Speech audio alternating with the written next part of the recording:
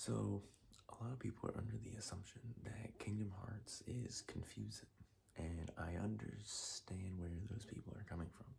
I was one of those people for many years. I thought it was confusing, I thought it was stupid, didn't want anything to do with it. But then I played the games. I played Kingdom Hearts 1, and I kind of became a hater a little bit. Just because I was like, this game doesn't. It's weird because Kingdom Hearts 1 is the one that makes the most sense, you would think. Anyway, played Kingdom Hearts 1, and I was like, this game doesn't make any sense. And kind of wrote it off for a while.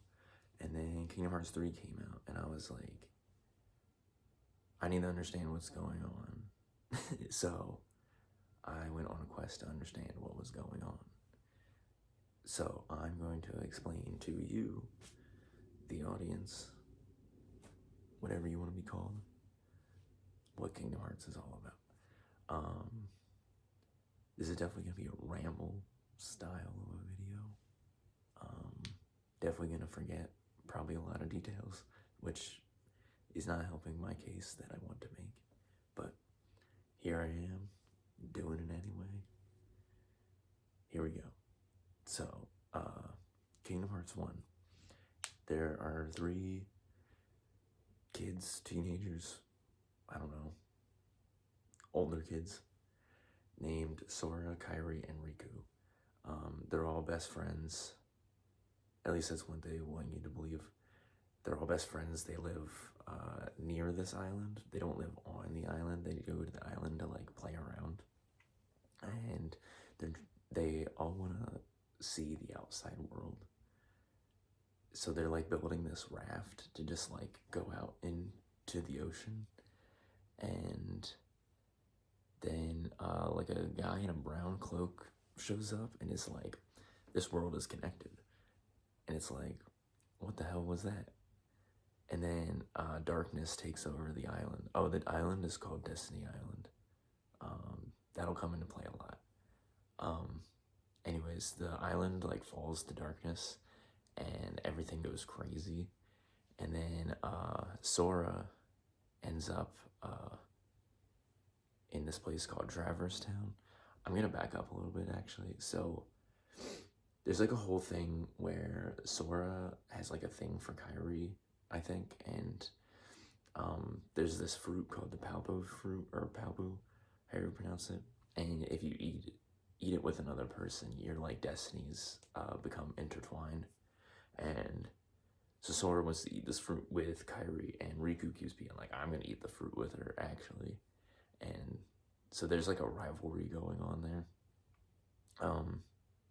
Anyways, so Sora ends up in Traverse Town, and Traverse Town is kind of like a world created for like refugees of darkness, which is crazy.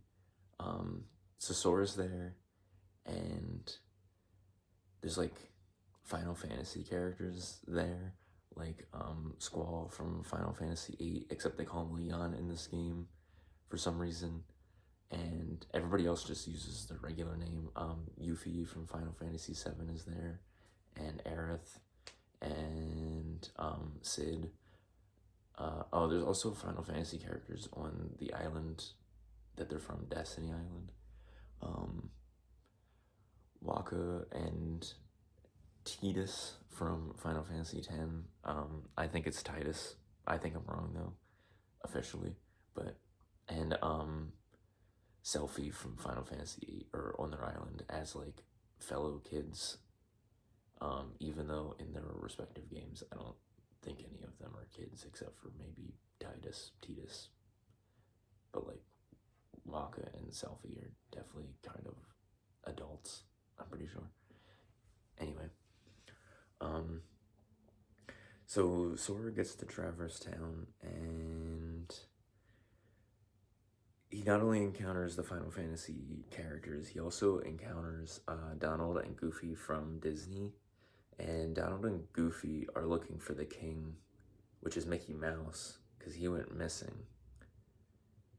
And Sora is like, I gotta find Riku and Kairi, and Donald and Goofy are like, well, we have to find Mickey Mouse.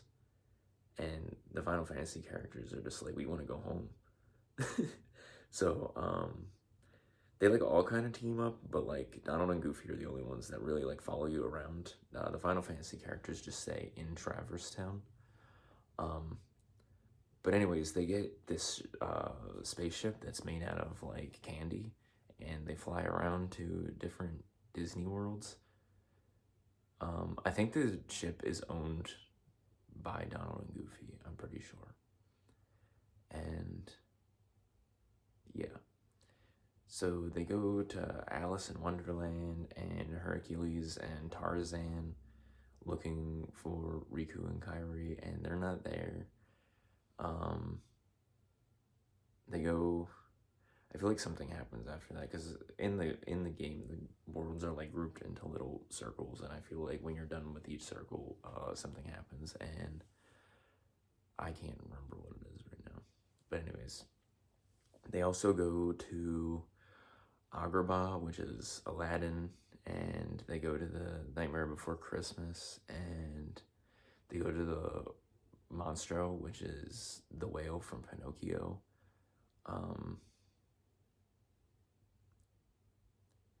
They go to Peter Pan. Anyways, they go through all these Disney worlds, and both Mickey Mouse or Riku and Kairi are not there.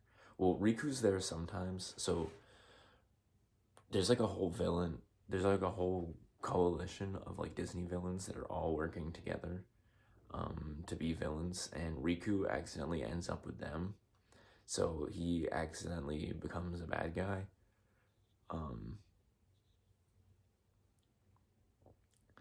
So sometimes Riku shows up, or like he's like hanging out with the villains, but specifically in Peter Pan he shows up because he's like, the heartless obey me now, Sora, and Sora's like, you're stupid. And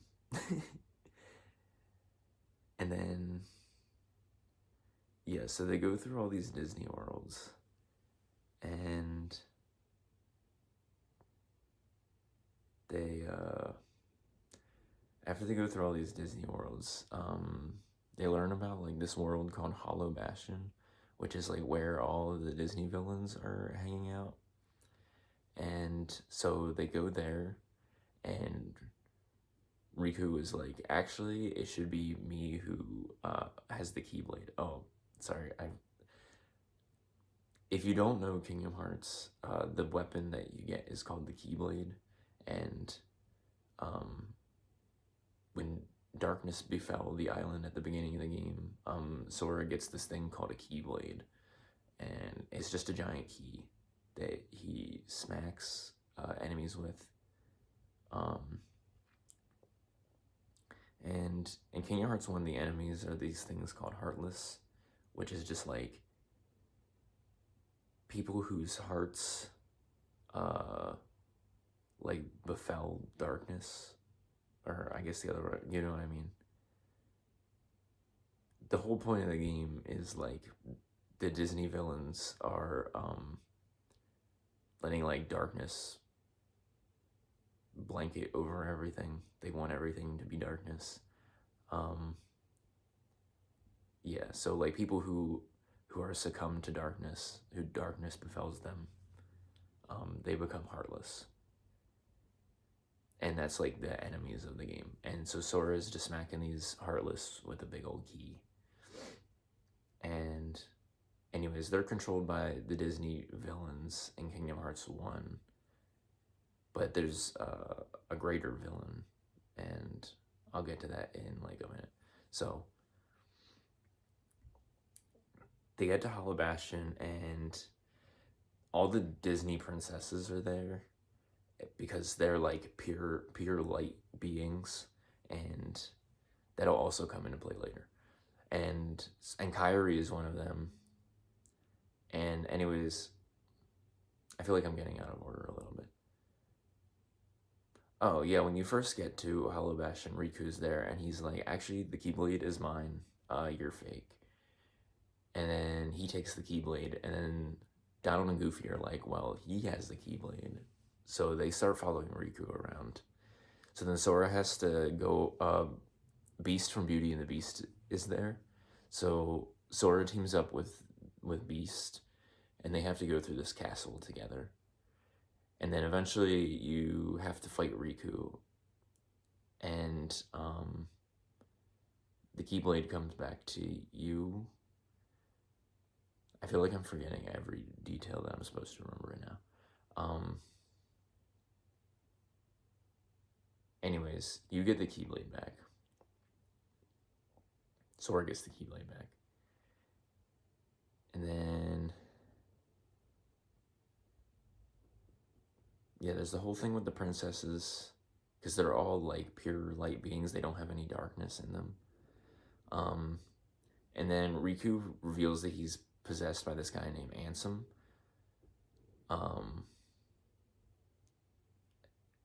And then, so you have to fight Riku, and then the real Ansem comes out or something. And you find Kairi, and she's just like in a coma. And Sora's like, oh, when the world befell to darkness, when the island fell to darkness, Kairi's heart went inside me. So Sora uses Riku's Keyblade. Riku gets an evil Keyblade because he's possessed by Ansem. So it's kind of like Ansem's Keyblade, I think. I don't know. So Sora uses the Keyblade on himself, and Kairi is also a pure light being, so her heart just goes back to her body, but Sora's heart like escapes his body, and Sora becomes a Heartless. And then, so Sora's running around this castle as a Heartless, and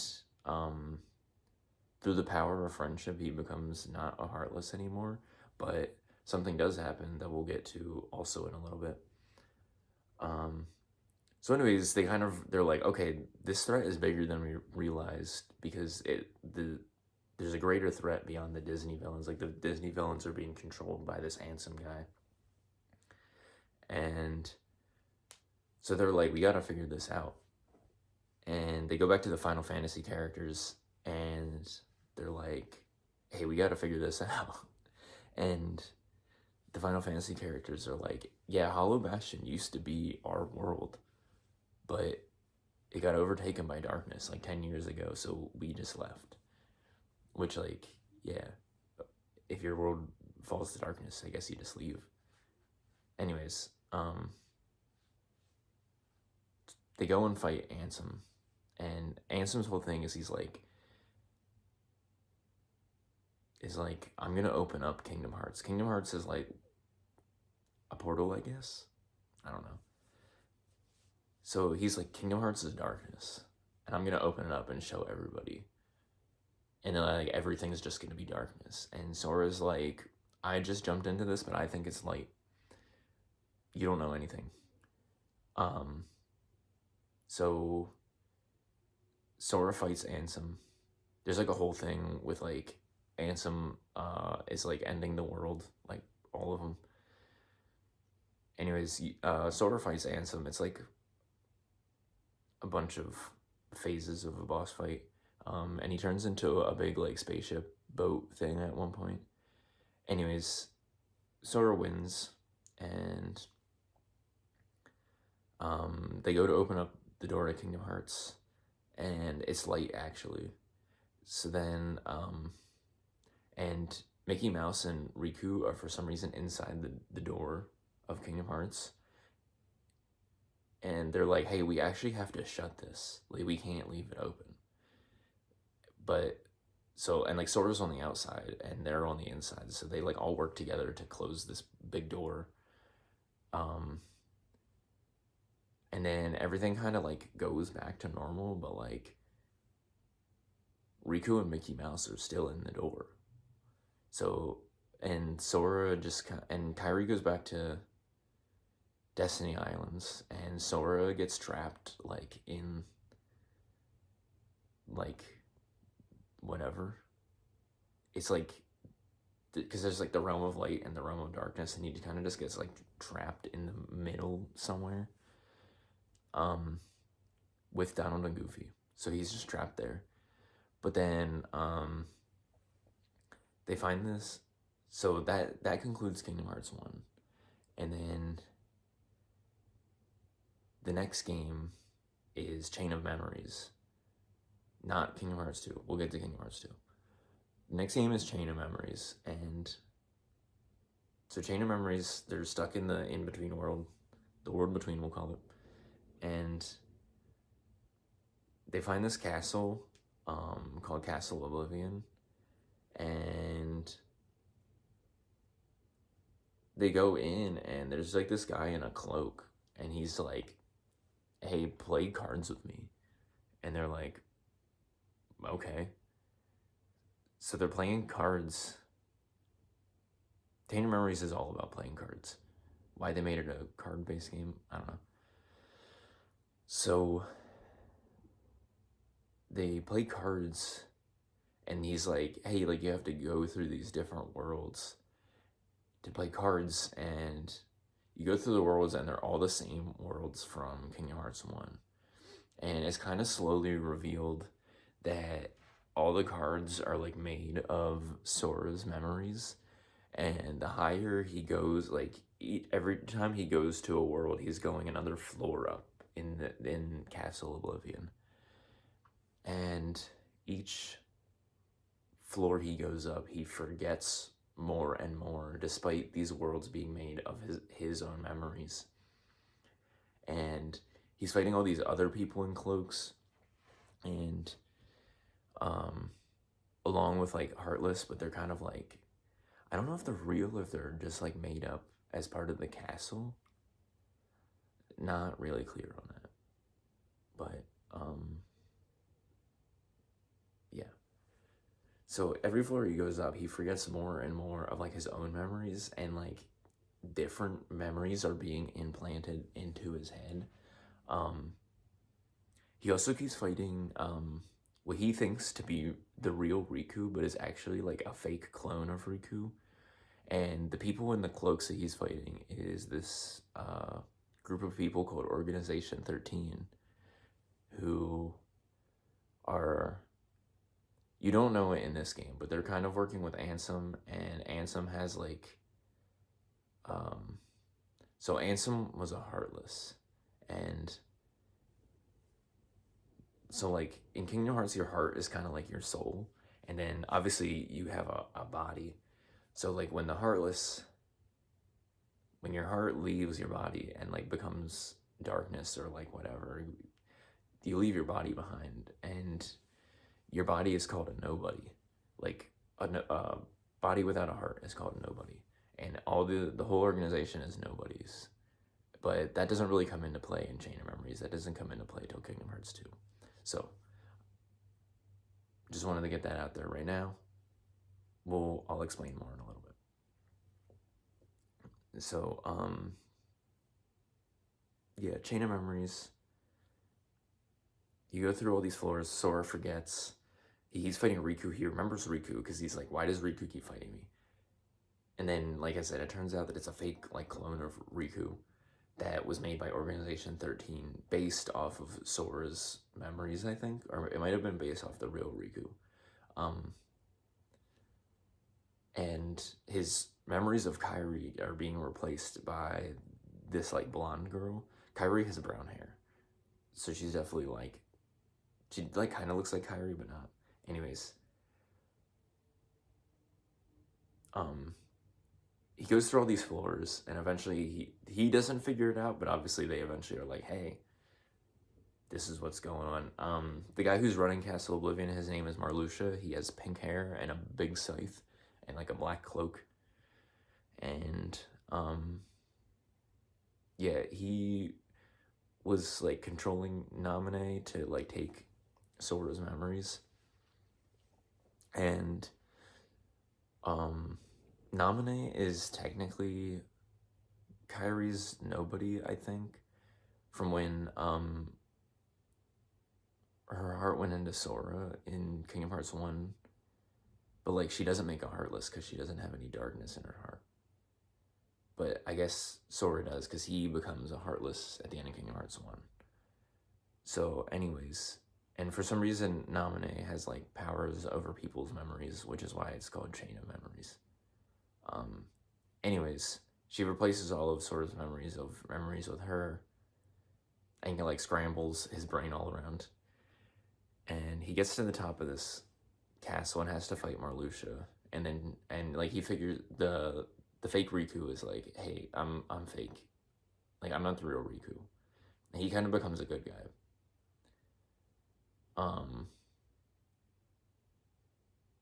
But yeah, he defeats Marluxia, and then Naminé is like, hey, I can't fix your brain, like, unless you forget everything that happened in this castle. And you also have to sleep in, like, a giant pod for, like, a year. And Sora's like, well, I guess I'm going in the pod.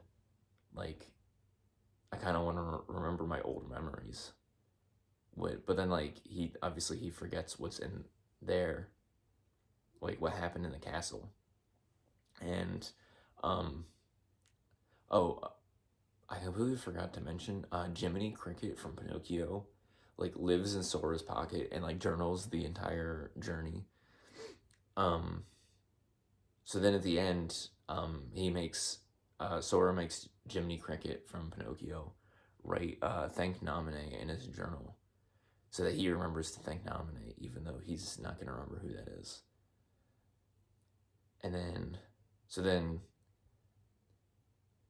that's the end of Sora's story, A Chain of Memories. Once you beat Sora's story, it flips over to Riku, and he's like in the darkness, and then he gets transported out of the darkness somehow into like the basement of Castle Oblivion. Or no, I don't think he starts on the same place as Sora starts, but they both start on the ground floor, and Sora goes up and Riku goes down, I think. Or it might be the other way around. Riku might start in the basement and go up. I honestly don't remember. I think that's what it is. I think Riku starts on like the very bottom floor. I don't remember actually. But yeah. Yes, I think Sora starts on the ground floor and goes up to the top, and then they put him in a pod.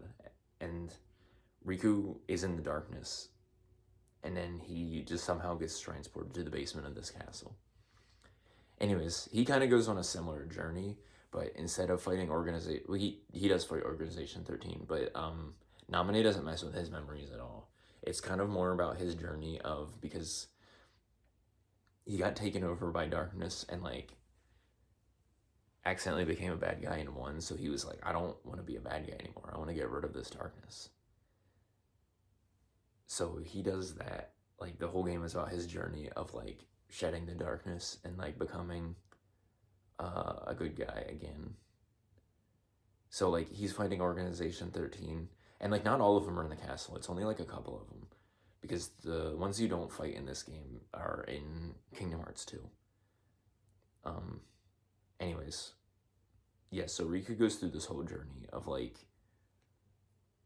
fighting his own darkness, which manifests, it looks like Ansem, but like obviously the real Ansem was killed by Sora at the end of Kingdom Hearts 1. But it's just kind of this like manifestation of like Riku's own idea of the darkness.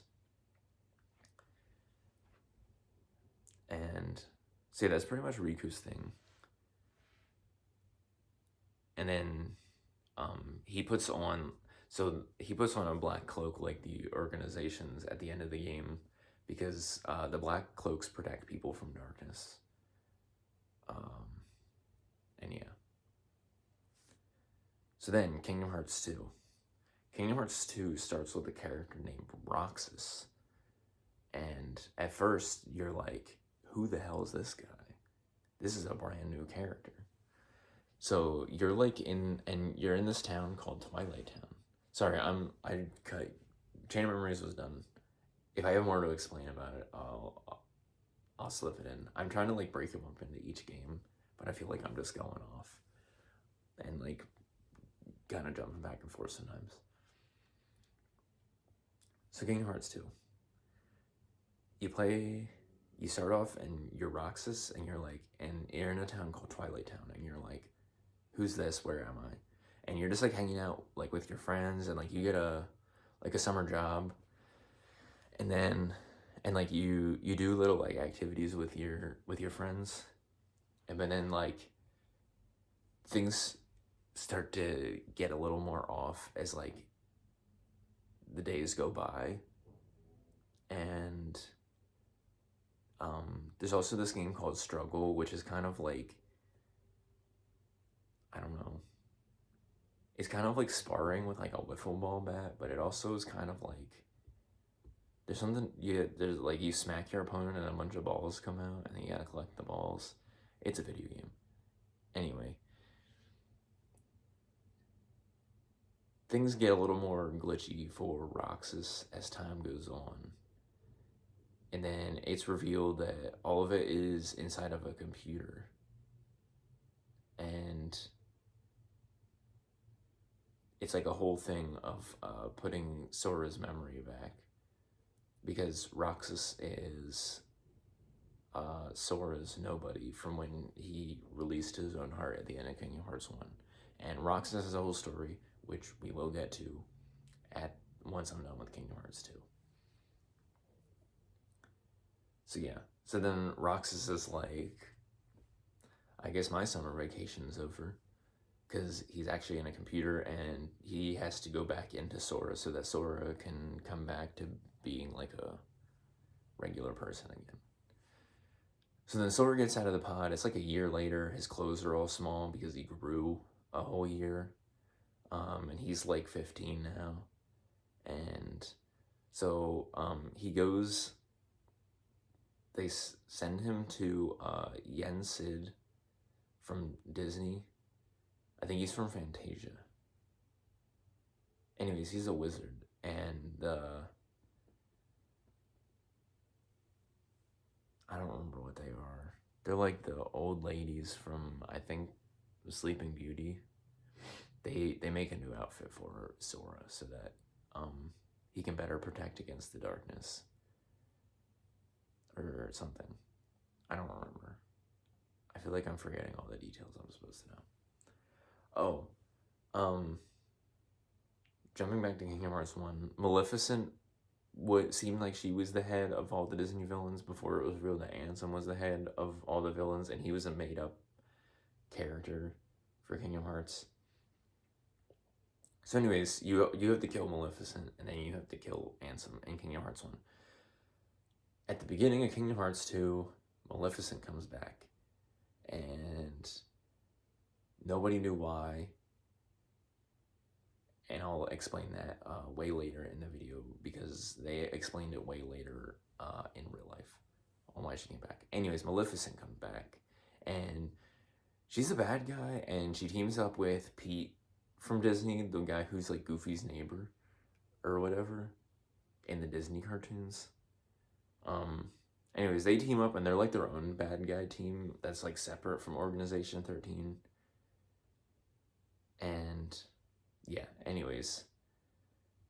So the Sora's ready for another adventure, and Kyrie's still back on Destiny Islands, but Riku's still missing. He's like, I still have to find Riku. Where did he go?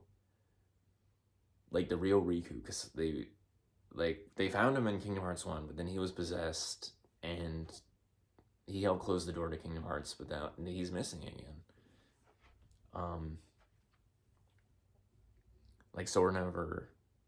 Sora just wants to find his friends and like go home. So they go to all these Disney worlds again, but this time they're a little bit different. Like it's like Mulan and Beauty and the Beast. Hercules is there again. They have some other ones. They have Pirates of the Caribbean in this one, and Lion King. Nightmare Before Christmas comes back. I feel like I'm missing one. Hollow Bastion is now, because they got all the bad guys out of it, kind of. So the Final Fantasy characters like took it back, and it's like a good town again, and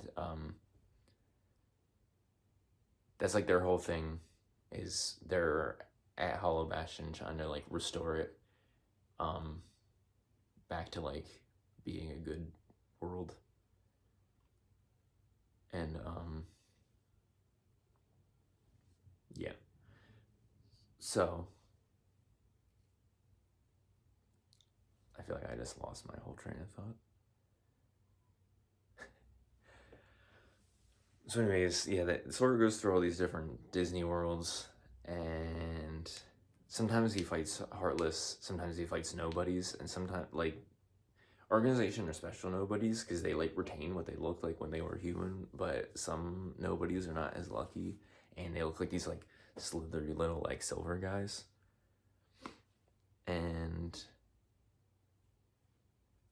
yeah. Oh, also in Twilight Town, there's this place called the Old Mansion. So Sora goes to the real Twilight Town too, and Naminé is there, but he doesn't know who Naminé is because he forgot when he was in the pod. And yeah, so Sora goes through all these different like Disney worlds, and he's looking for Riku, and he doesn't find Riku. And like the organization members are like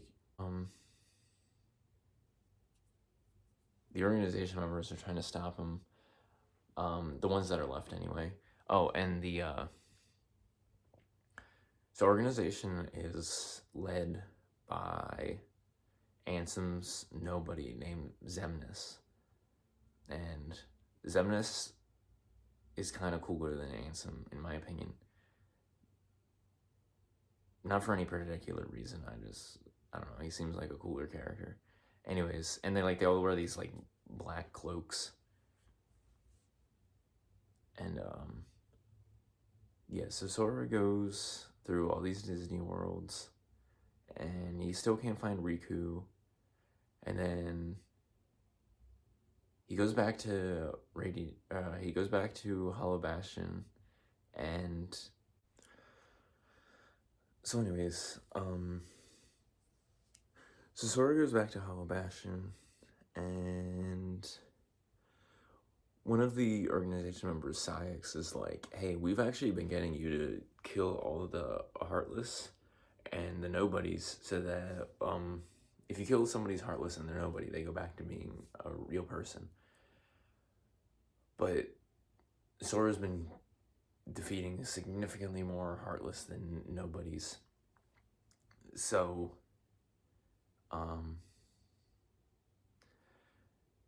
there's like a whole thing where they're trying to do Kingdom Hearts, which I still don't quite know what Kingdom Hearts actually is. But they have, anyways, yeah, Syx is like, hey, we've been getting you to do this. Like, you're just working into our plan. And this is right, so Sora has to fight like 1,000 Heartless, and then that's when he's like, hey, we're using you for our plan. Like, we're gonna do Kingdom Hearts. And Sora's like, well, shit. But then like you have to go through the Disney worlds for a second time again. And like you still fight Heartless, and I'm like, why would you keep fighting Heartless if you knew that you were working for the bad guy? That part I still don't get. I'm sure there's a good explanation. But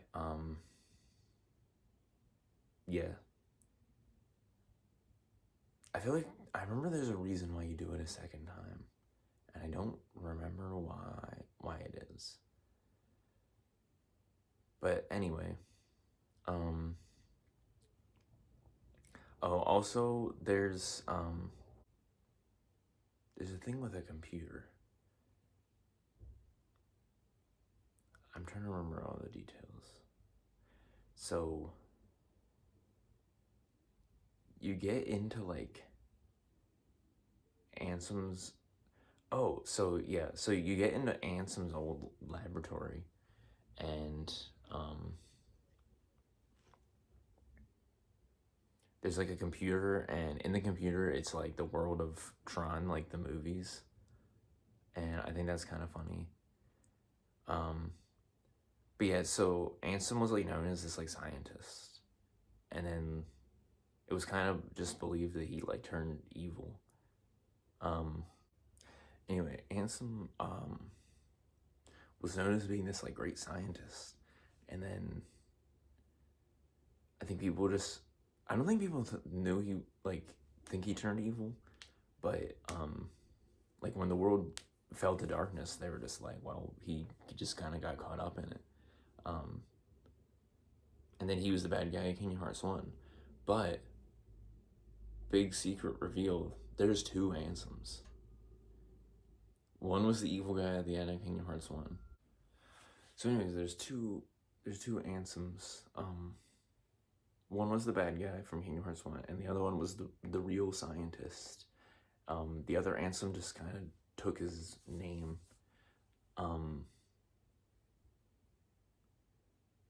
And so it was the real scientist Ansem's lab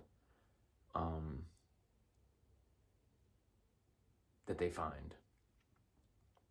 But then when like the world befell darkness, I believe it was the other Ansem was like using his lab to make Heartless, but like fake Heartless, like it wasn't like real hearts from people. Like he was just doing like weird experiments in there to like make fake Heartless. Whoa. Make fake Heartless to attack Sora and like just bring more darkness into the world, and also help with like Organization 13's plan. But yeah, I feel like the more I think about what I'm talking about, the more I'm like, I'm losing the plot while I'm explaining it. I'm almost 40 minutes in this video, and I'm like, this video might kind of suck, but I guess that's kind of the point of a rambling video anyway. Anyways, so, I forget what I was talking about. Kingdom Hearts 2. So the organization has their own world that's also kind of between realms, called the World That Never Was. And so after you go through all the stuff, you get to the World That Never Was, and you fight the remaining organization members there.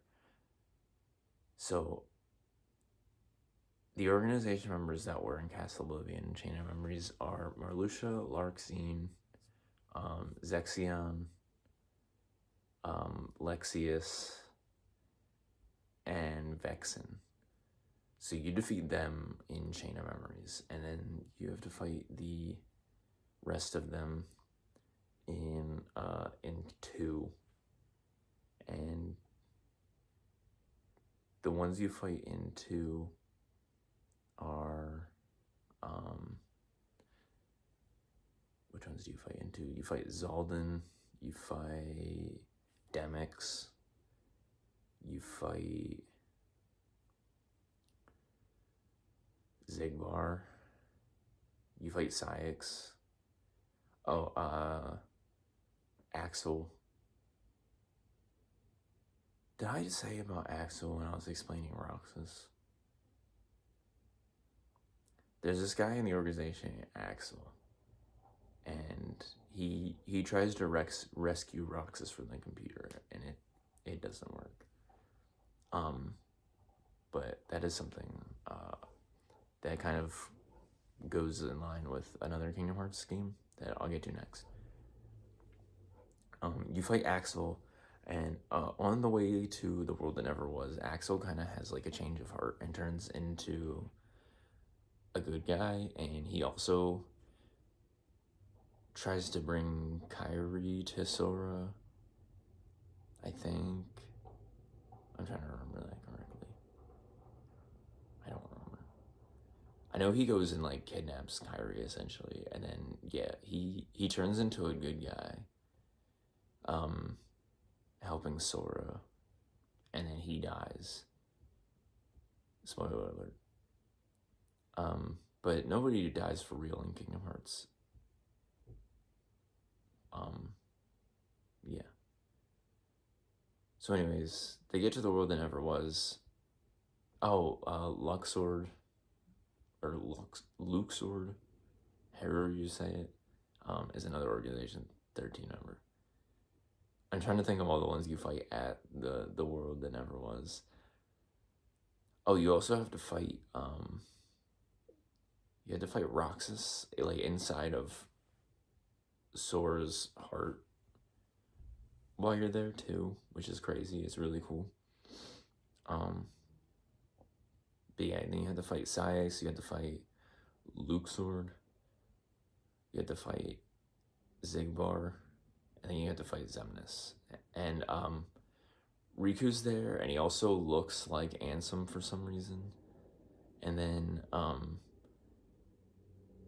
Ansem, the real scientist, shows up with like a laser beam, and he destroys their version of Kingdom Hearts, and then the laser explodes, and I think it like kills him or something. I don't actually know, but it makes Riku not look like Ansem, the bad guy Ansem, anymore from Kingdom Hearts 1. So then Sora and Riku team up to fight Xemnas, and at the end of the battle, they end up in the Realm of Darkness. But then they escape in like 2 minutes and go back to Destiny Islands, and everything seems really happy, and like they did it. But they didn't do it. They had a letter, a message in a bottle from Mickey Mouse to go on another adventure. So yeah, so that's that. That's Kingdom Hearts 2. And then so there's another game called 358 over 2 days that explains Roxas' stories. But that came out after Kingdom Hearts 2. Like, Kingdom Hearts 2 was intentionally supposed to be confusing. So then 358 comes out, or you can call it Days, whatever. And that explains Roxas, which is Sora's nobody. He used to be in the organization. Basically, they like stole him, I think. I don't know if they really explain that. And I'll be honest, I've never played the actual game of 358. I only watched the little movie. So I'm gonna get a bunch of details wrong, probably. I'm probably getting details wrong this whole time. So 358 is about Roxas's time in the organization, and he doesn't want anything to do with anybody. Like, because he's like a brand new person, essentially. Like, even though he's Sora's nobody, he looks completely different than Sora. Like, he has like blonde hair, and it's like spiky in a different way than Sora's. But he wears like the black coat and stuff like the rest of the organization members. Anyways, so he's all like quiet for a while, and then Axel, that I was telling you about, he like befriends Roxas because I guess he feels bad for him. And anyways, they become friends, and they eat ice cream every day on the clock tower of Twilight Town, like when they're done doing organization business or whatever. And so Roxas is number 13 in the organization. They all have numbers of like who's most important in the ranks, and like Xemnas is number 1, Zigbar is number 2. I don't remember the rest of the numbers, but Roxas is number 13. He's like bottom rank. And then, so like, cool, we have all 13 people.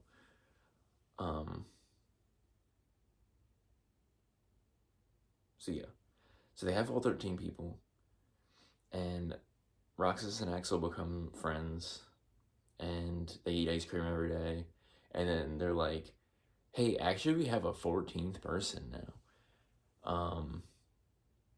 And it's this girl that kind of looks like Kyrie but with black hair. And I don't remember if they called her by her name right away, but um, eventually her name is revealed to be Shion.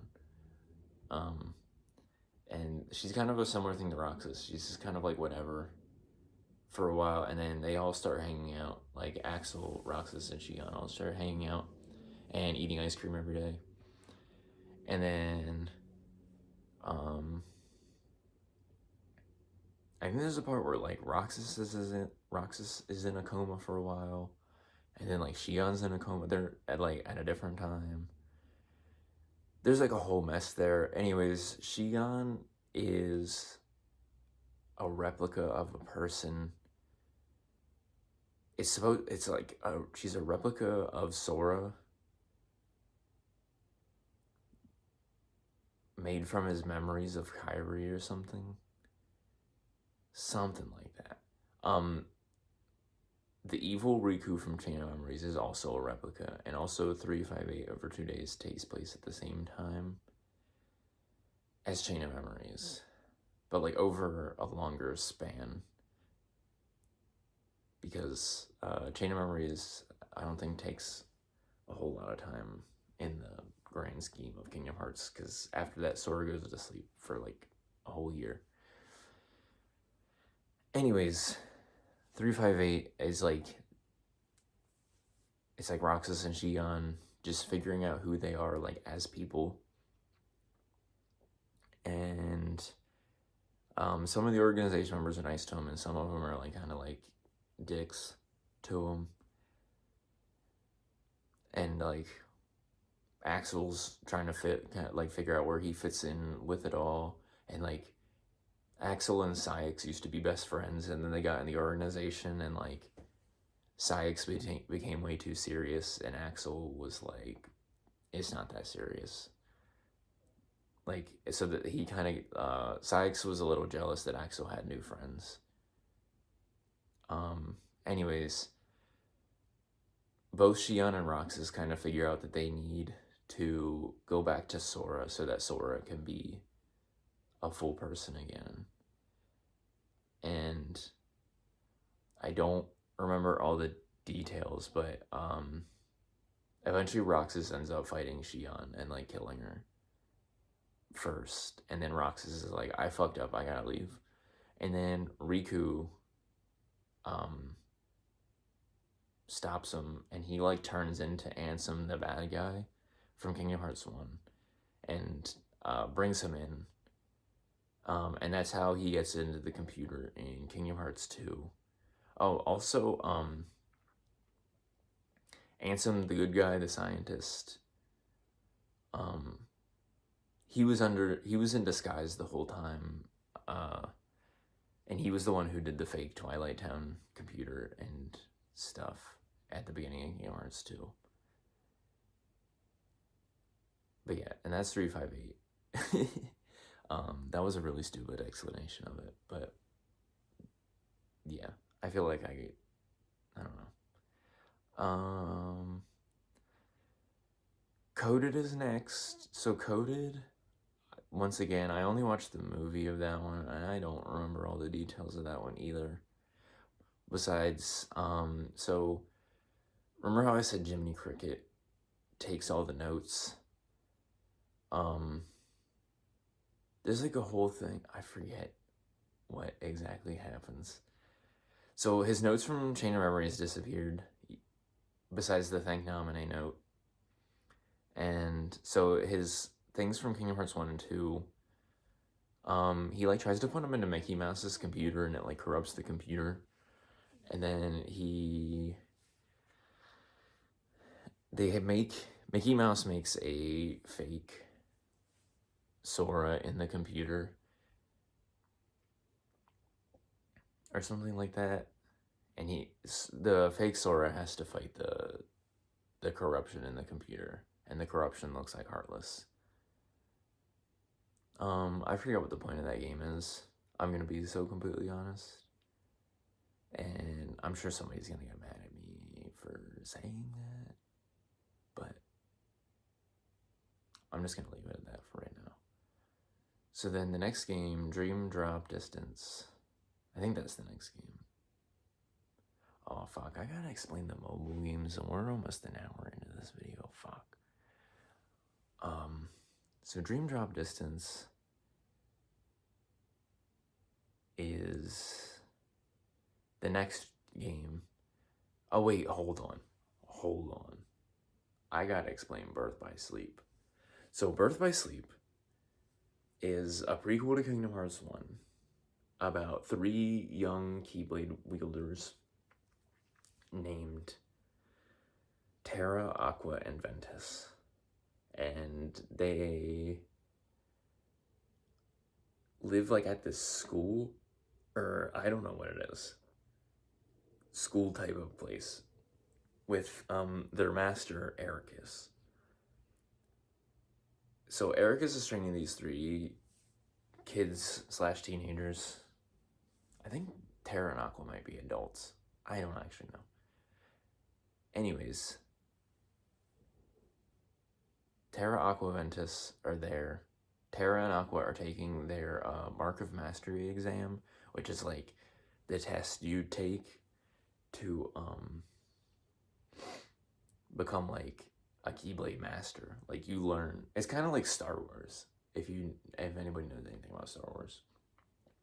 But like you have to progress through different ranks before like you become like the full-fledged thing.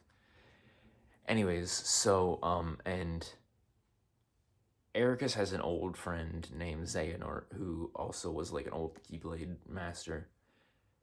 And they're so he watches them take their tests, and Xehanort uses darkness on Terra without anybody realizing during the test.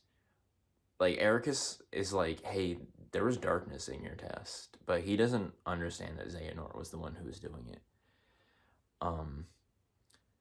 And there's also a guy with a helmet on named Vanitas that hangs out with Xehanort in this game sometimes.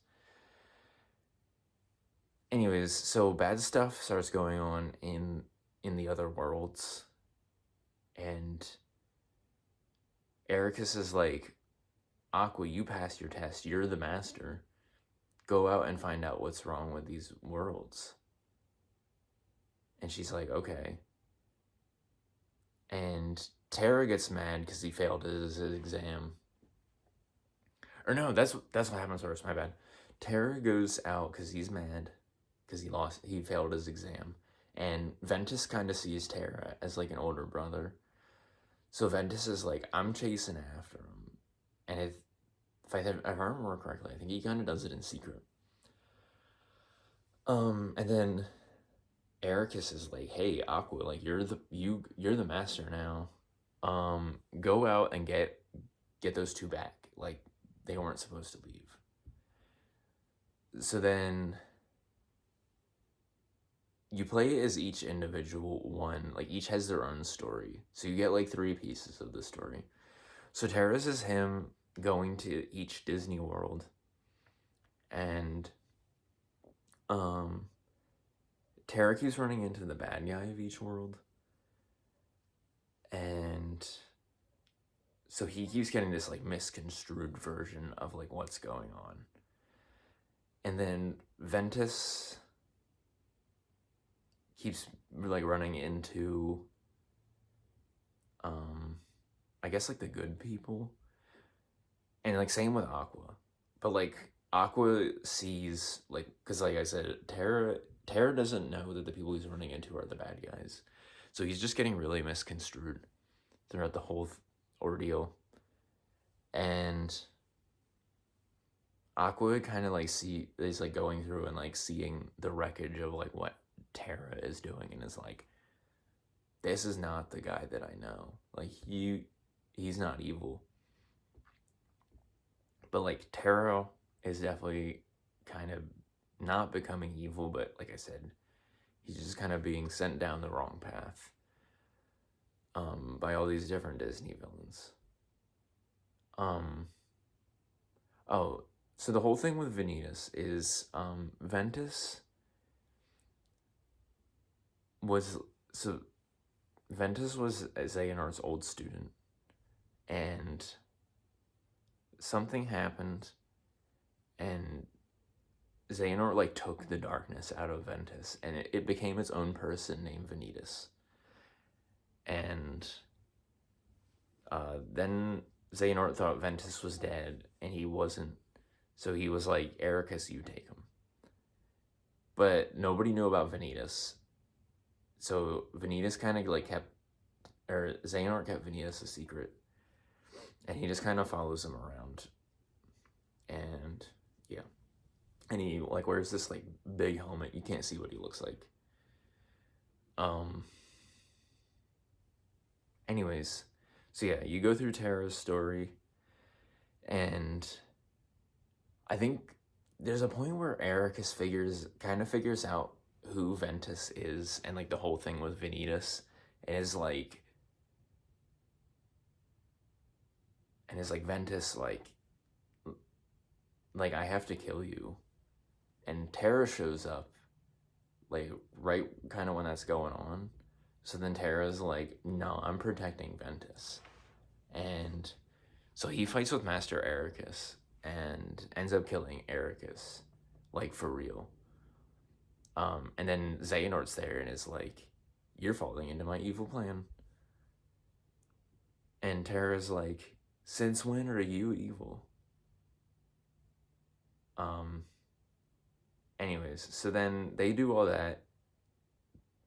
They meet up at this place at the end of the game called the Keyblade Graveyard. And Xehanort and Vanitas are there, and Xigbar is there from the organization, but from before. Okay. So earlier in the story, in Birth by Sleep, Xigbar is in this place called Radiant Garden, but it's like before he turns into a nobody, and his name is Breg, but you can tell it's the same guy. Anyways, Xehanort like gets him to like fight Terra, but then Terra beats him, and so the whole thing about Xigbar is that he has an eye patch. So Terra like beats him, and like somehow he like loses an eye or something. So then he has his eye patch, and then when he shows up in the Keyblade Graveyard, he's like evil now. I mean, he hasn't. I guess he was kind of already evil, but he's like for real evil now because he's hanging out with Xehanort and Vanitas. Anyways, so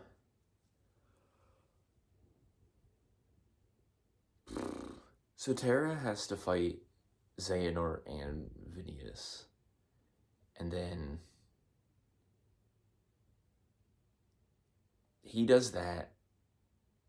They all kind of fight at the same time, and then Terra fights Xehanort and Vanitas. He beats Vanitas first, and then Vanitas goes to fight Ventus, and Aqua has to fight Xigbar, Breg, whatever you want to call him. And then let me just focus on Terra's story right now. Oh, at some point Aqua figures out that Terra killed Xehanort and is like, what the hell is going on with you?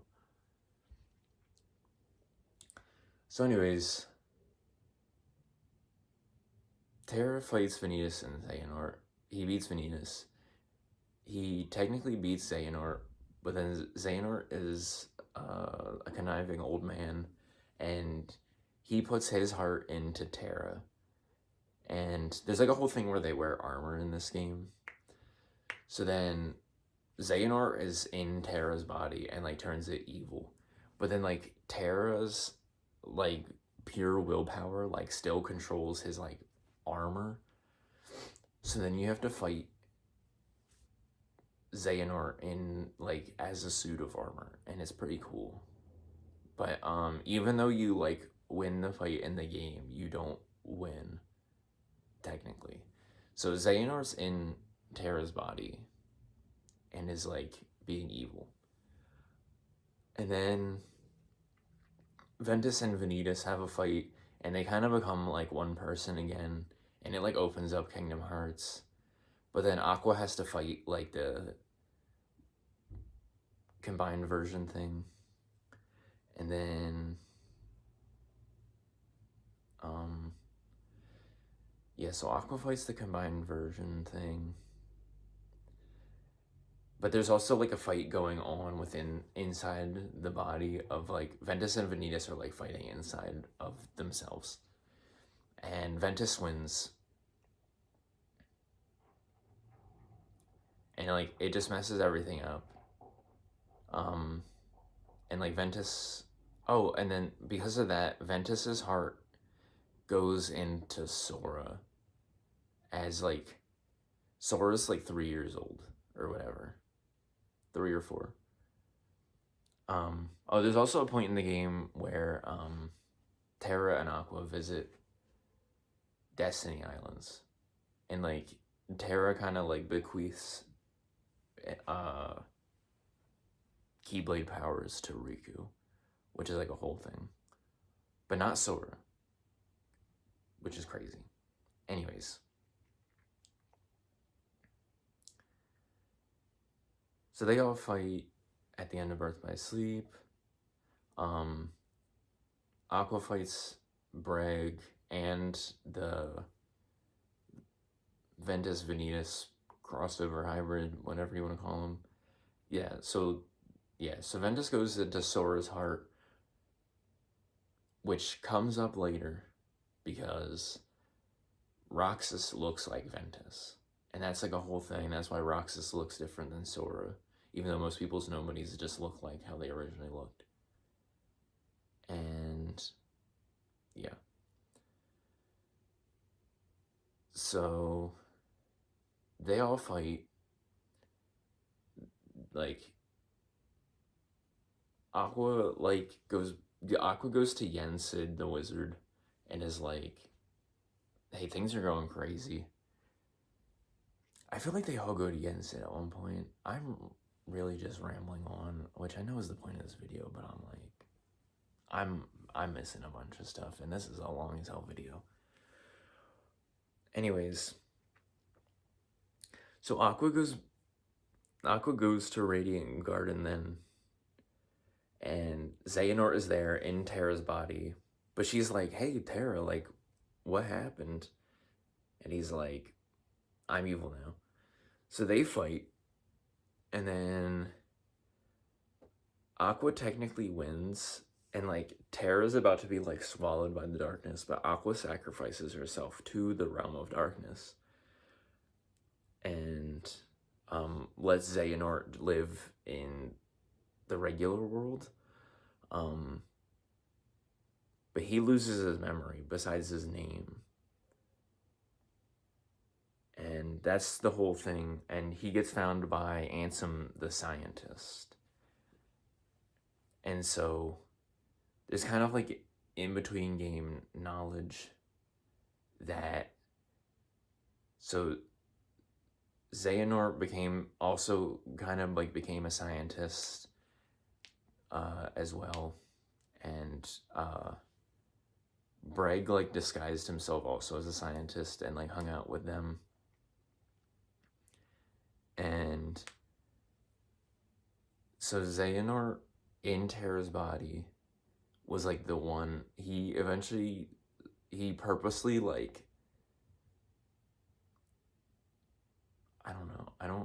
he purposely turned himself into a Heartless and a nobody, and that became Ansem and Xemnas from Kingdom Hearts 1 and 2 and like all the other stories. And then Ansem, the real scientist, like just he had to go into hiding because everybody thought that the other Ansem was him and he was evil, I think, or something like that. But anyways, so Aqua's in the realm of darkness, and then I'm gonna jump into, there's a game called point to a fragmentary passage, and it just kind of explains Aqua's place in the story after Birth by Sleep. So Aqua in the Realm of Darkness, she's like fighting through the trauma of like, she's trapped in there. She thinks her two friends are questionably alive. I'm backing up. I just remembered a huge detail.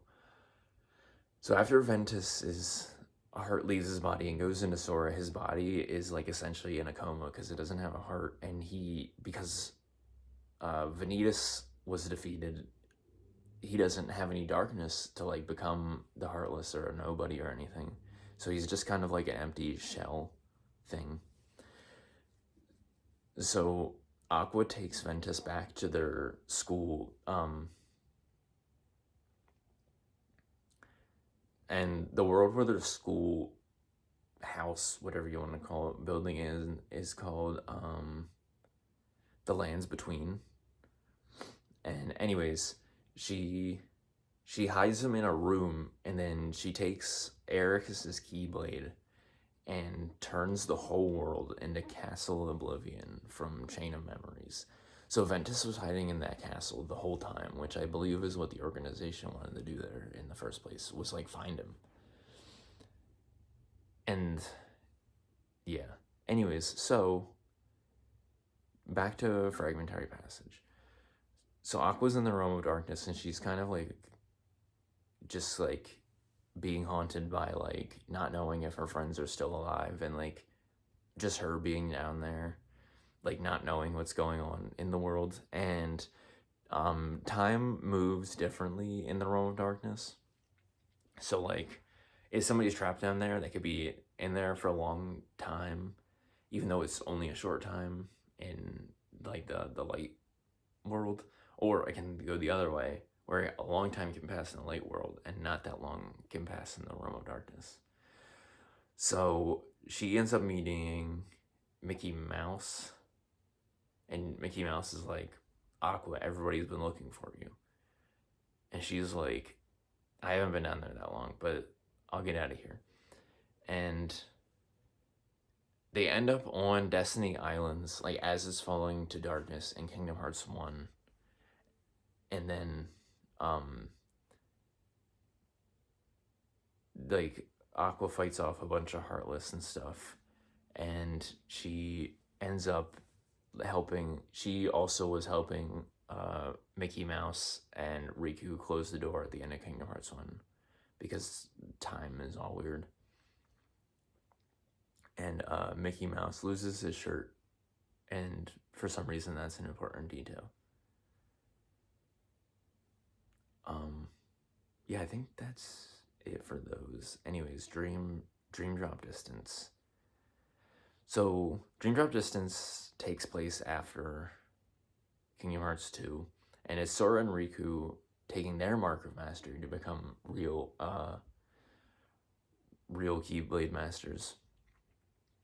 And so they talk to Yensid the wizard, and he's like, you have to take this test.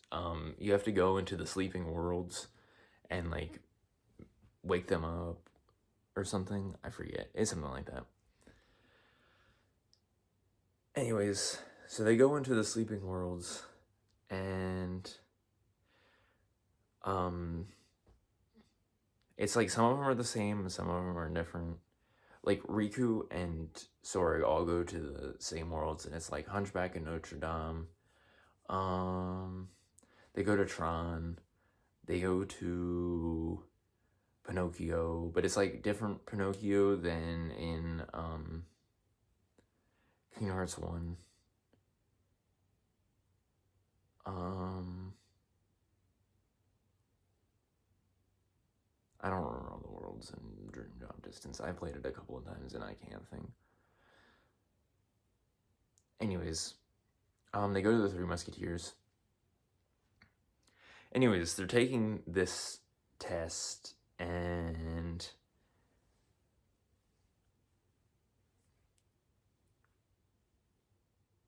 I forget. They're taking this test, So, like, they get to the end of the test. They're taking, even though they're both go to the same worlds, they don't encounter each other at all. They get to the end of the test, and it's the world that never was from Kingdom Hearts 2. And in Sora's version, he meets Zigbar, and Zigbar is like, hey, we've been messing with you this whole time. Like, your test was fake. Like, you haven't done anything. Like, we were just doing it to, like, trap you. So then, Sora has to fight. He doesn't fight Zigbar. He's just kind of there. But he has to fight Xemnas. Ansem and Xemnas are back, by the way. Don't know how. Oh, actually, I do know how. So, there's actually a lot of time travel in Dream Drop Distance. And that's like a whole thing. I'm still kind of fuzzy on the plot of it all.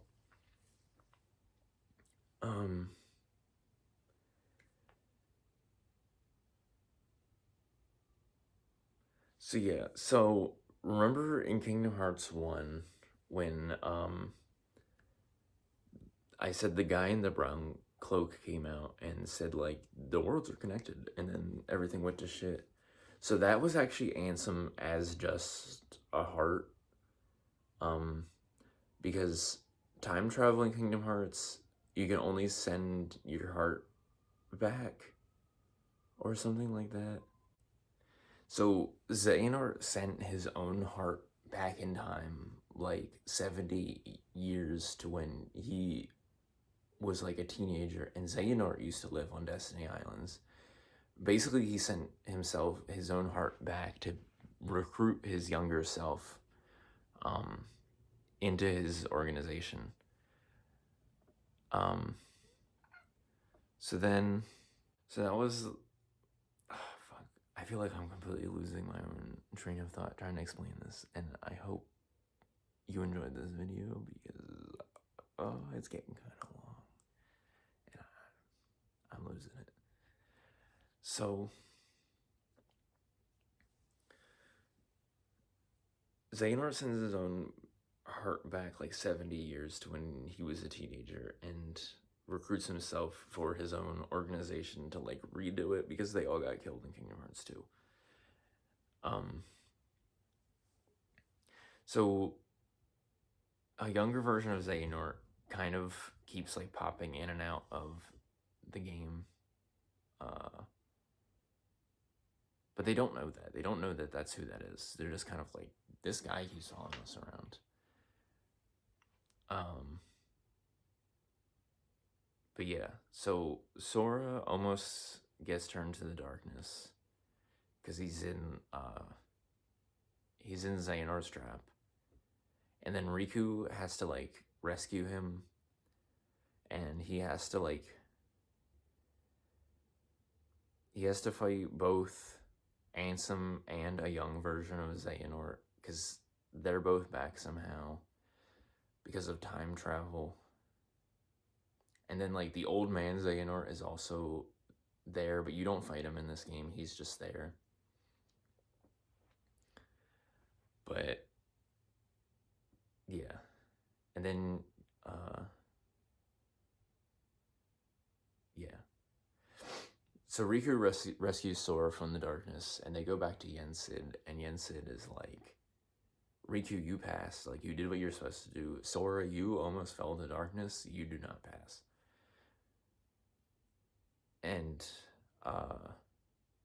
which surprised everyone, because, you know, Sora's the main character. You would think he'd be the one to pass. And, like, Riku used to be evil. Or, he wasn't really evil, but, I don't know. He was kind of misconstrued for a little bit, but he worked himself back into a good path. So anyways, the end of that game, they're like, basically Xehanort comes back as an old, like the old man Xehanort's back, and like Xemnas and Ansem, which are like two parts of him, are somehow back. And the young version of him is there because of time travel. somehow Xehanort used time travel to bring every version of himself, like, to the present day. And, like, time travel is all convoluted in Kingdom Hearts. And I really want to explain the mobile games, but this video is getting kind of long. But I feel like somebody will be mad if I don't explain the mobile games, so I'm going to kind of do that real quick. So going back like hundreds of years, we'll get back to the current time. Going back hundreds of years, all the worlds were together, and there was this town called Daybreak Town, and there was this guy just called the Master of Masters. Nobody knew what he looked like. Nobody knew his real name, and he had these apprentices, and he basically he put his eye into a Keyblade. So, and like, he gave his Keyblade to one of his apprentices named Lushu and was like, make sure this Keyblade gets passed down and like protected. And then he used the information that he got from this Keyblade just existing to write this book of like everything that was going to happen. And then he gave all of his apprentices a copy and was like, hey, this is what's going to happen. There's no changing it, just prepare for it. Like, a giant war is going to come. And some of them were like, you know, they were like, what are you talking about? But I think all of them, he like took different pages out of all of them, so all the apprentices didn't have the same information. And he also kind of planted the seed of doubt that one of them was a traitor. And yeah, so, and then he just kind of leaves. And he's like, I'm leaving everything to you guys. Like, you guys gotta run the ship now. I'm leaving. Bye. And because he planted that seed of doubt, they're the ones who started the giant war, and like they recruit all these like soldiers, and they're like child soldiers, except for one of the apprentices. Her name is Ava. She has her own group called the Dandelions, and they're like, we're not taking part in this war, because the whole thing is that basically everyone who's in the war dies. So the Dandelions are like, we're not taking part in this war so that like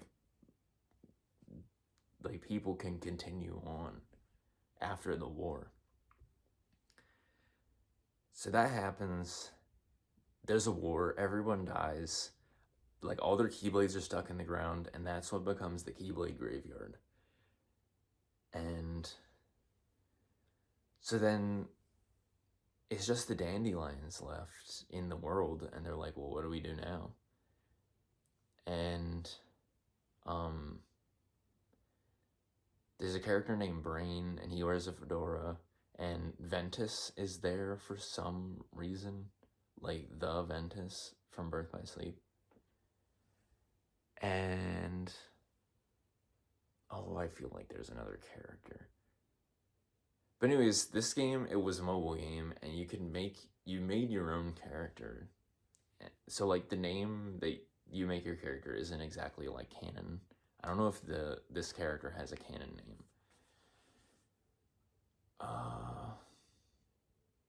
I feel so bad. There's other characters. There's a girl named Scald that's also in there. I feel so bad. I used to play the mobile game, and I feel like I forgot everything about it. Anyways.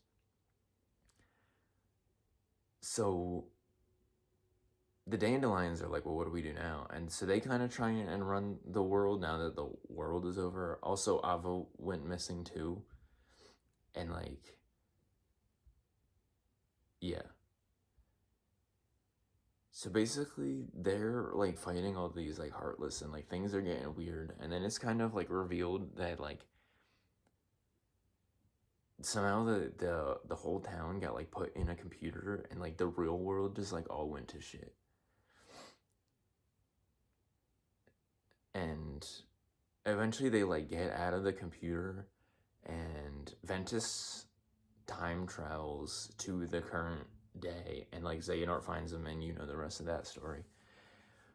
And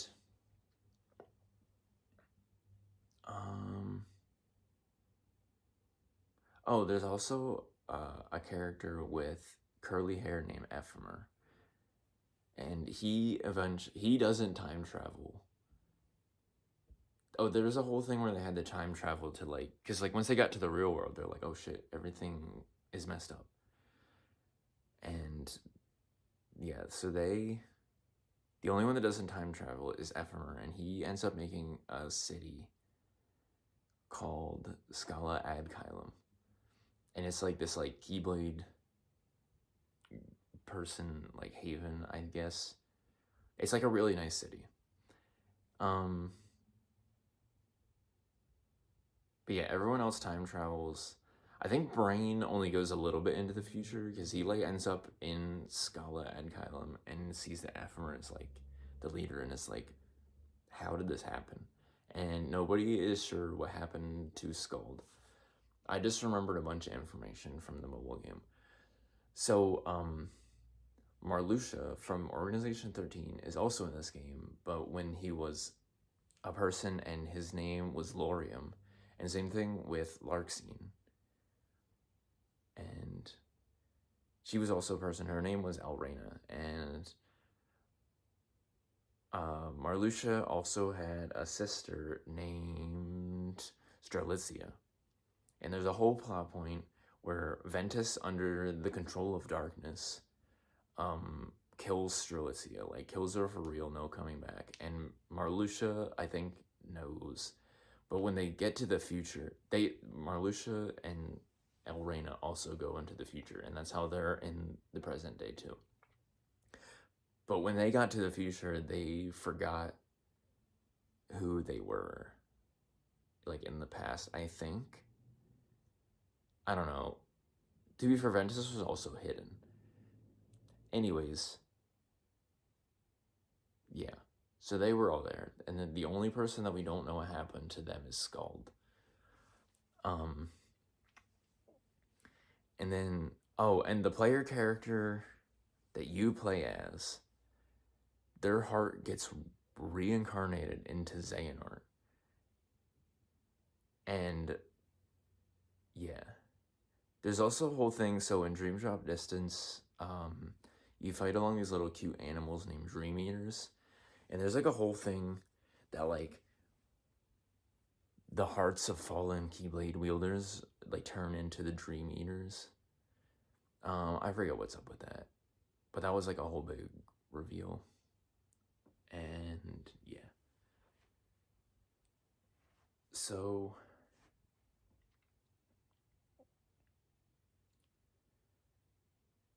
yeah, and then there was another mobile game called Dark Road, which was about Xehanort and Ericus when they were young Keyblade wielders. And they're at Scala Ad Kylum, and it's like this like huge bustling city. And the upperclassmen go missing, so they recruit like the younger ones to go find them. And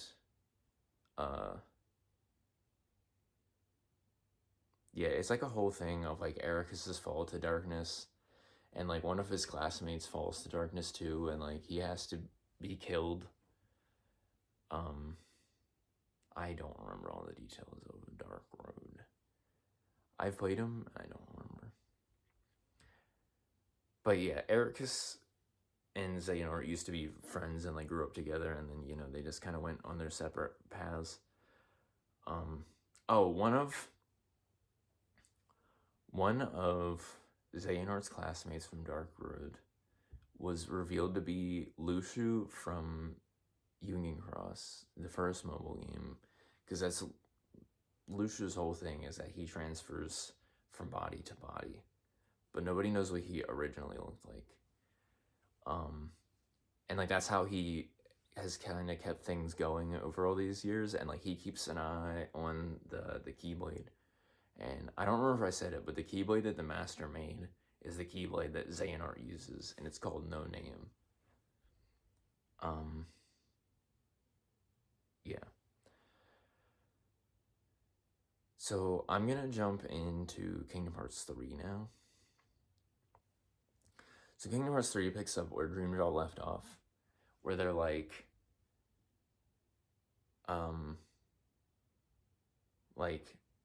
Xehanort's back, Sora failed his exam, and they're like, because he almost went to darkness, he like lost all of his abilities that he knew.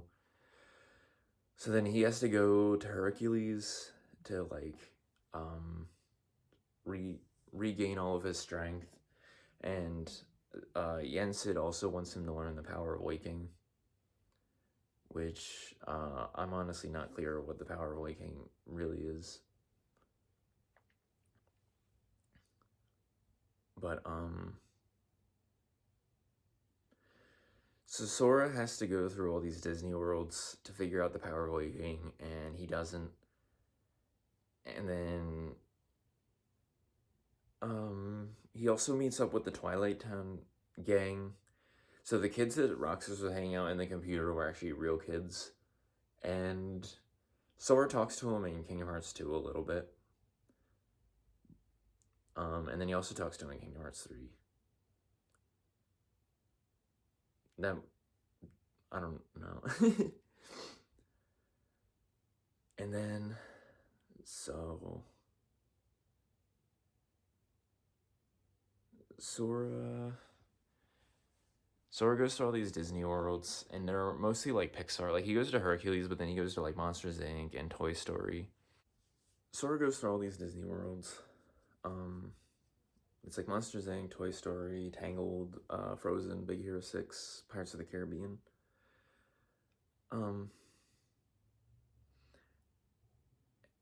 And the only one that we really need to remember, and like sometimes in them, like the organization members will just kind of show up and talk shit. Anyways, the only one that's really important is in Toy Story. You're shown a fake video game within the video game called Verum Rex, and there's a character named Yozora, and Rex from Toy Story thinks Yozora and Sora are the same character. And that'll be important later. So they go through all the Disney worlds. Sora doesn't learn the power of waking. The power of waking is like basically to restore someone's heart to their body, I think. Something like that. So anyways, so he goes through all the Disney worlds, and then they're like, hey, we think we know where Aqua is. So Sora and Riku go to rescue Aqua in the Realm of Darkness, and she's like evil. But then they beat her in a fight, and she's not evil anymore, and they take her to the Realm of Light for the first time in 10 years. So she's like, I don't know. She's like, I'm in the Realm of Light now. And at first she doesn't believe it. And she's like, wow, Destiny Islands fell to darkness again. And they're like, no, you made it out. So then they're like, she's like, well, we have to go find Ventus. So they take Sora to Castle Oblivion, and they're like, surprise, is actually the lands between, and Ventus is in here. And as soon as they go to wake up Ventus, Vanitas shows up and is like, I'm evil, I'm gonna take him. So then you have to fight Vanitas as both Aqua and Sora, and you beat him, and then you wake Ventus up. And then you go... Oh, there's also like a whole thing, because like there's a new organization, and it's a lot of the same people, except it's all the different versions of Xehanort. And yeah, one of them they won't explain who it is, but when we get to it, I'll explain who it is. So anyways, they're like, hey, we have all of our people now on the good people side, now that Ventus and Aqua are back. and they still don't know what happened to Terra. Like, to them, he just went missing for 10 years. Granted, they all kind of went missing for 10 years. So they get all their people together, and they go to the Keyblade graveyard, because that's, like, what Xehanort wants. Because, like, Xehanort's whole thing is that he's trying to summon Kingdom Hearts and, like, reset the world. Anyways, so all the good people get together and all the bad people get together, and Xehanort in Terra's body, like, just kills everybody, and then Sora has to, like, time travel back in time to when everybody was still alive, and this time they beat him, and then Sora has to go through with everybody and, like, fight everybody. I feel like I'm missing a step. Yeah, okay. Yeah, because so everybody dies, and then Sora has to, like, time travel, and he's also, like, in, like, the Kingdom Hearts version of, like, heaven, I guess. It's called the Final World, and he has to, like, collect himself together, and he can, like, also talk to other people who are there, and he also has to, like, chase this Heartless around and, like, collect everybody's hearts through different worlds, and that's, like, a whole thing, because he's, like, going further and further down, and I think this is technically him using the power of waking, and he's going, like, further and further down into, like, the hearts, and young Xehanort is like, hey, you're messing up, like, if you keep doing this, like, you're gonna mess everything up, like, for yourself. And Sora's like, I don't believe you, you're a bad guy. So anyways, Sora does all that, gets everybody's hearts, kind of time travels around to when everybody was alive again. So this time, for some reason, Ephemer from Union Cross shows up as, like, a little thing, and all the Keyblades from the Keyblade graveyard show up, and just, like, Sora uses them all, and he's, like, flying around on this ball of Keyblades, and he's defeating all the Heartless that killed all of his friends, and he wins because he has, like, 1,000,000 Keyblades. So then Xehanort sets up, like, a whole big maze, and Sora and friends have to go through and fight each one of the people, and every single time a version of Xehanort almost gets defeated, he, like, teleports off, but then, like, the other regular organization members actually just kind of disappear. There's a whole thing where, so in these fights, Saïx and the mystery person are working together. They're both part of the organization, and Axel is fighting, and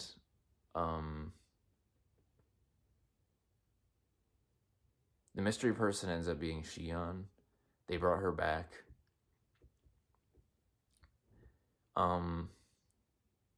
I forget all the details, but they bring Roxas back too. Basically, everybody comes back at the end of Kingdom Hearts 3. So, like, everybody's there, and it's, you know, it's a big old happy moment. Ventus and Roxas look at each other, and they're like, we look the same. So Xehanort actually, like, concludes his plan and, like, summons Kingdom Hearts, and he uses it to, like, make a portal to go to Scala Edkylum. And then Sora follows him there, and all the other Keyblade wielders kind of stay back. And I forget what they do. They stay back. Sora goes in by himself to fight Xehanort. The old man Xehanort, by the way. So Xehanort and Sora fight. Xehanort puts on this armor that looks like a big goat. he like splits himself off into 13 different versions of himself. He like twists the world all around. It's crazy.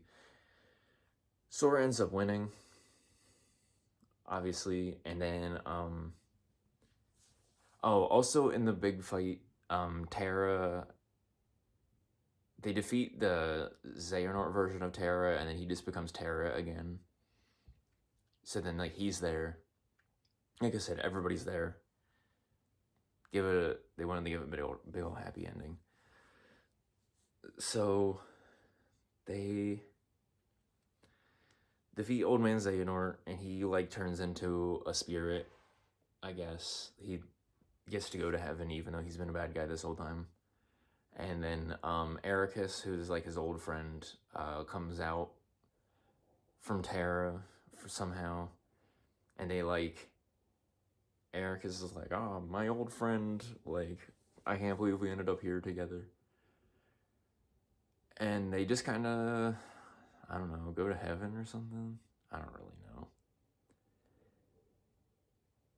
There's a whole thing with the X-Blade. I didn't even get into that. At this point, I don't think I want to get into that.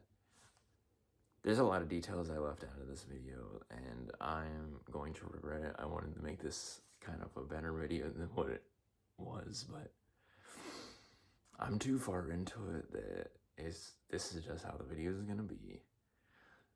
So that's the end of Kingdom Hearts 3. Kingdom Hearts 3 has a DLC, and there's also a rhythm game. Oh, actually, that's not the end of Kingdom Hearts 3.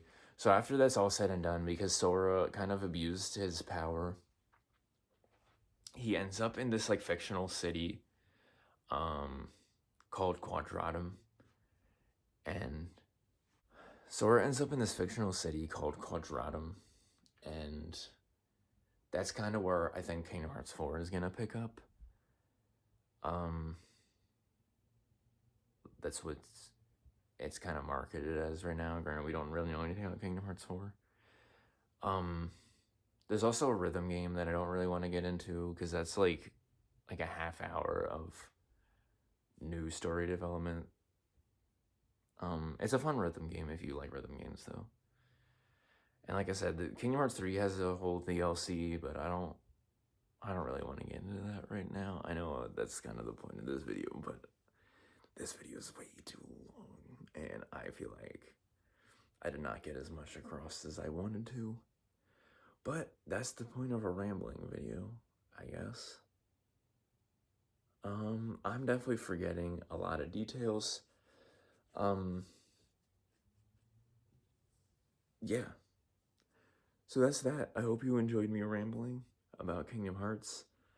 I will try and answer some questions in the comments. If you want to leave a comment, or other Kingdom Hearts experts can answer for me if I'm being lazy or don't know the answers. Yeah. I hope you enjoy your day. I hope you enjoyed listening to me ramble for too long. That's it. Bye.